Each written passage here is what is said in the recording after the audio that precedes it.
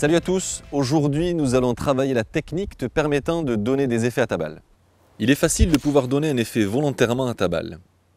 Cela sous-entend toutefois que la coordination entre ton corps et ton club soit correcte. N'hésite pas à revisualiser les conseils donnés sur la mise en jeu.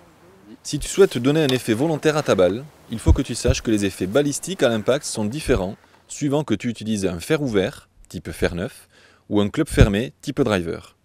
En effet, une balle frappée avec un club fermé tournera latéralement beaucoup plus qu'avec un club ouvert. Munis-toi donc à minima d'un club fermé pour ce type de coup. Ce choix s'orientera entre un fer 5, un fer 4 ou un fer 3.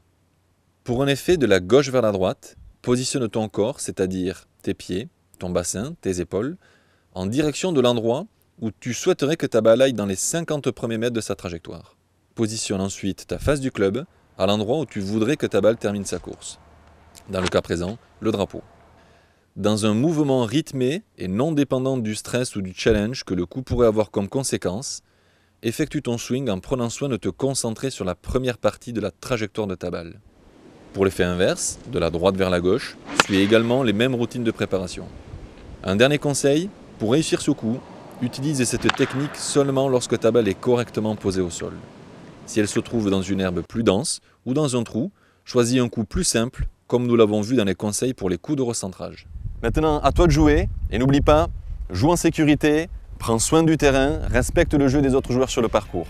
Allez, prends plaisir avec ces petits conseils et bon golf!